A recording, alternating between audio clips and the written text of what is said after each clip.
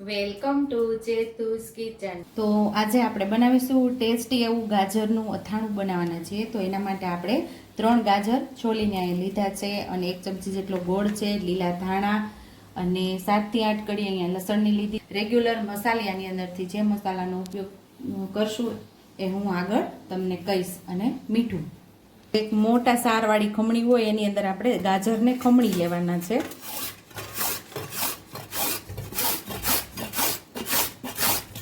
આવી રીતે ગાજરને આપણે બધા ખમણી લેશું।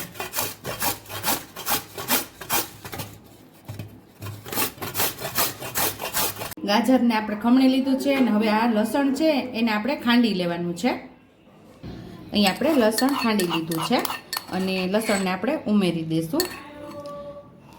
અહીંયા તમે મેથીઓ મસાલો પણ ઉમેરી શકો છો, પણ આજે આપણે મેથીઓ મસાલો નહીં ઉમેરીએ, માત્ર અડધી ચમચી જેટલું લાલ મરચું પાવડર ઉમેરશું। થોડી હિંગ ઉમેરશું, એક નાના પાવડા જેટલું આપણે તેલ ઉમેરશું અને ગોળ પણ ઉમેરી દઈશું। લીલા ધાણા ઉમેરી દઈશું, થોડું મીઠું ઉમેરશું સ્વાદ મુજબ। બધું સરસ હાથેથી મિક્સ કરી દઈશું એટલે ગોળ સરસ મિક્સ થઈ જાય। બધું છે ને આપણે હાથેથી જ મિક્સ કરી દઈશું।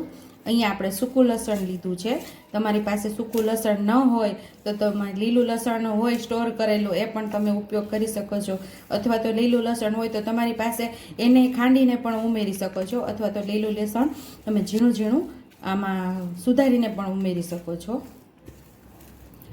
તીખાશ તમારા સ્વાદ મુજબ ઉમેરી શકો છો, જે પ્રમાણે તમને તીખાશ ફાવતી હોય એ પ્રમાણે, કારણ કે ગોળ બધામાં મિક્સ થઈ જશે તો આ ગાજરનું અથાણું ખાવાની ખૂબ મજા આવશે। અથાણું પણ કહી શકો અને તમે એનું સલાડ પણ કહી શકો છો। થોડો આપણે ચાટ મસાલો ઉમેરશું,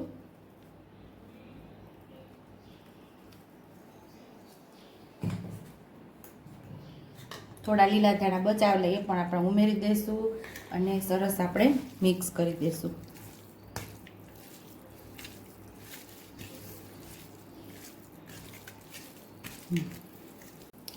તો અહીંયા આપણું ગાજરનું અથાણું તૈયાર થઈ ગયું છે। ઉપરથી થોડા લીલા ધાણાથી આપણે ગાર્નિશ કરી દઈશું। ટેસ્ટી એવું આપણું ગાજરનું અથાણું તૈયાર છે। કોઈ પણ જમવાનો 100 ગણો સ્વાદ વધારી દેશે।